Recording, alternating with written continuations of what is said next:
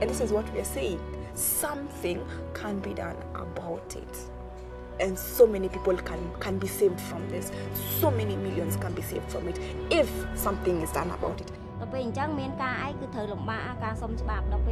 After being hit by the car, the doctors told me that he had such severe injuries, they didn't know if he would live through the night. There are no words to explain the pain you feel when you are on the brink of losing a child. I think numbers are numbers, but when you look into the face, into the eyes of a young woman clutching onto her child and knowing that she has to survive because this baby desperately needs her, you know that you can't step away from not doing anything to prevent something like this from ever happening again. And the answer is so simple. It is right there for us to solve. We find that these tragic deaths are absolutely unnecessary. They are preventable. I'm absolutely thrilled with the Make Roads Safe campaign.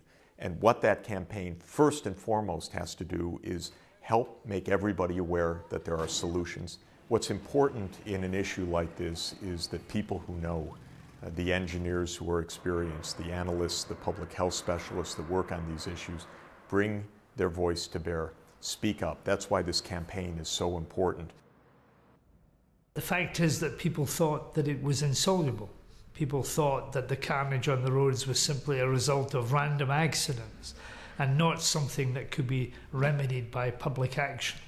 So to get the United Nations to commit to a decade of action with an achievable objective of cutting in half the number of people who die on our roads, well, we can actually do something about it.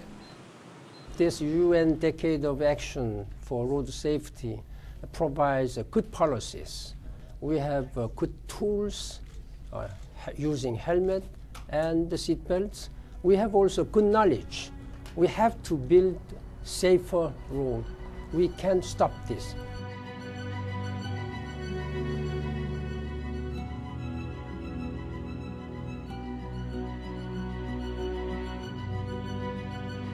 In the UN, in Moscow, in a ministerial level meeting, we pushed forward this, we launched a decade of action, but it is here. It is right here on the streets that we need the action to take place. And I just came from the hospital, and what I witnessed today, I wouldn't wish to see again. I believe in the decade of action for road safety because I know it will save millions and millions of lives. And all these children have been the beneficiaries of a sustained international and national effort to nurture them, to keep them healthy, to educate them. Millions of dollars are spent on all of these areas, inoculating them, educating them. As soon as these children leave this playground, they're at risk. The roads in this city and in many cities around the world are extremely dangerous for children. The streets aren't designed with children in mind. The authorities don't think about children when they plan for roads and they plan for traffic. Children's rights in terms of traffic have been completely forgotten.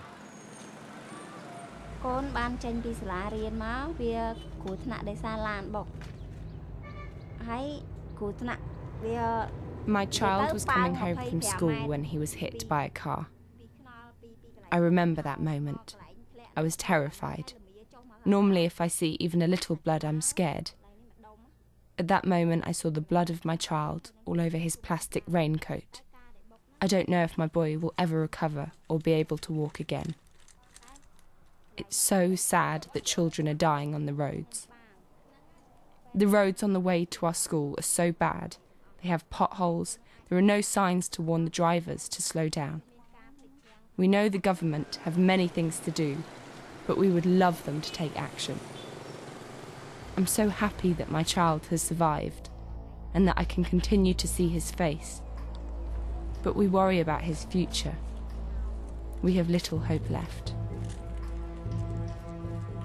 When children are maimed, when they are killed for these tragic reasons, whether it's the lack of road safety or the lack of access to clean water, it devastates communities and it perpetuates the cycle of poverty. And so breaking all of these causes of unnecessary death and suffering, all of them together are crucial for achieving the Millennium Development Goals and helping communities and nations to break free of the poverty trap. So we're in Kibera, which is one of the biggest slums in Nairobi. In fact, it's one of the biggest slums in the whole of Africa.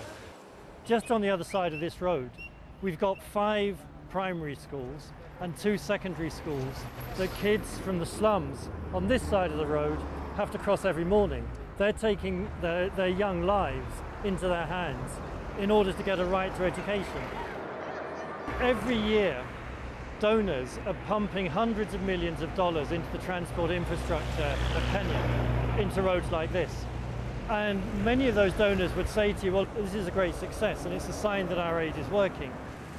This is endangering lives. It's avoidable, it's unnecessary, there are low-cost, low-tech solutions, and it's about time aid donors and governments in countries like Kenya started thinking about putting them into place. Most politicians think about being successful in their ministries, being successful in being able to produce results. But what kind of results are you producing? Like the Ministry of Transport, it's their duty to protect your life in terms of road safety. And there's so many things that can be done because it is happening on a daily basis, which means today we're talking about it, nothing is being done. Tomorrow we're talking about the same thing. People are still dying, people are still being injured. A few months ago, the community in this area organized a demonstration where they walked all the way to our government offices to tell them that enough is enough. We need a solution to this road. And as I've said, it was a few months ago. We have not had any response. I think that our political leaders and our police leaders need to listen to their community. If we just keep talking about the problem and don't make a start, then the problem will never, ever be addressed. What the current call is for a decade of action, and the enforcement of good transport law can bring about some quite quick wins. In my own jurisdiction, we managed to halve the deaths on our roads over a decade. So some of the targets that the global community is setting are achievable. Make Road Safe campaign is really taking off right now, and a decade of action. And that is truly what is needed, because we understand that at the end of the day, your action will be localized. But if you have an international discussion on this, that will help to bring and lay bare certain basic principles that should help to govern that action at the local level. The accountability of governments for especially protecting young people and children, and under the UN Convention on the Rights of the Child, there is an obligation on governments and ministers to do it. Would be a very solid argument for having a UN agency that will simply allow proper attention to be given to this subject and a proper degree of action then mobilised inside governments in the United Nations to make sure that it is acted upon. When you are talking about the infrastructure side of the problem, you must have the money in order to address that problem. What we are lacking is this financial support. We need banks in order to combine the efforts that we are making on the political will. Or once we have the banks beside us, I'm sure that we can find the tools in order to solve the problem on road safety. I think this is a decade in which the action that we are being called upon needs to bring many partners. And this is why we as development banks have partnered together to support this effort. We do lending of approximately $1.5 billion every year for road construction, for new roads, for repair of roads. In Latin America, we lose about 100,000 people every year. So it's the kind of thing that we want to do road safety as a core element. You know, governments and development banks hold something very special in their hands. It's actually quite easy to take the financial decisions that are required and the policy decisions that are required, which are actually showing how the safe system approach can be adopted anywhere around the world. Action on the basics, seat belts, helmets, safe vehicles, on driver behaviour and speed management, and safe infrastructure. And I think all these opportunities should not be lost, where the ministers responsible for transportation and the private sector will come together to the decade of action. Then it's going to be a phenomenal opportunity for these countries to bring the resources together, to bring the expertise that already exists. And governments need to be making concrete plans and investing the resources that are needed to bring those interventions to bear. The World Health Organization and the FIA Foundation have launched this Road Safety Fund. The issue of road safety is critically important, and it's critically important for corporations to understand that it is in their economic interest as well as their social interest to make sure they're involved in not just in backing these campaigns verbally, but by putting resources and facilities behind the campaign too. The Commission is recommending a road safety levy on every new car that's sold, a modest $2 per car. Voluntary, but we hope to be encouraged, which could bring in up to $140 million a year, which will be used to make sure that the new roads in the world are going to be safer, and especially cut down the number of young people who die and are injured. In thinking about my philanthropy, I always try to find things where you can really make a difference, and particularly things that others haven't focused on.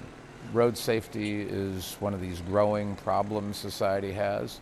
Pretty soon it's going to be the 5th largest killer in the world. And if in this decade we can focus on a few simple things, I think you can increase life expectancy and bring down the fatality rate because there are solutions and they're measurable and they're implementable. It's a solvable problem. You could make an enormous difference in the number of people killed. It's a hard task for the government to actually just fix the roads, in a proper way, because so many of these accidents happen because of the poor quality of the roads. And if the roads can actually be improved, you can imagine how many people will sleep peacefully in this country. How many people will actually enjoy their life the way that it's supposed to be. How many people?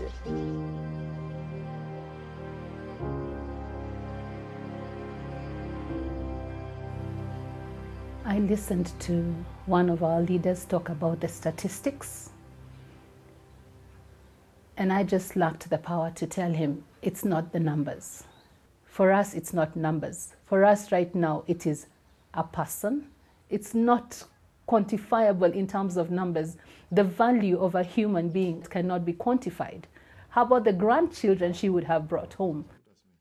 There should be nobody dying from the road accidents. On my heart, I place the badge representing the decade of action. This is a badge we all need to place on our hearts because this is action that must come from our hearts. Let's move on to a decade of road safety.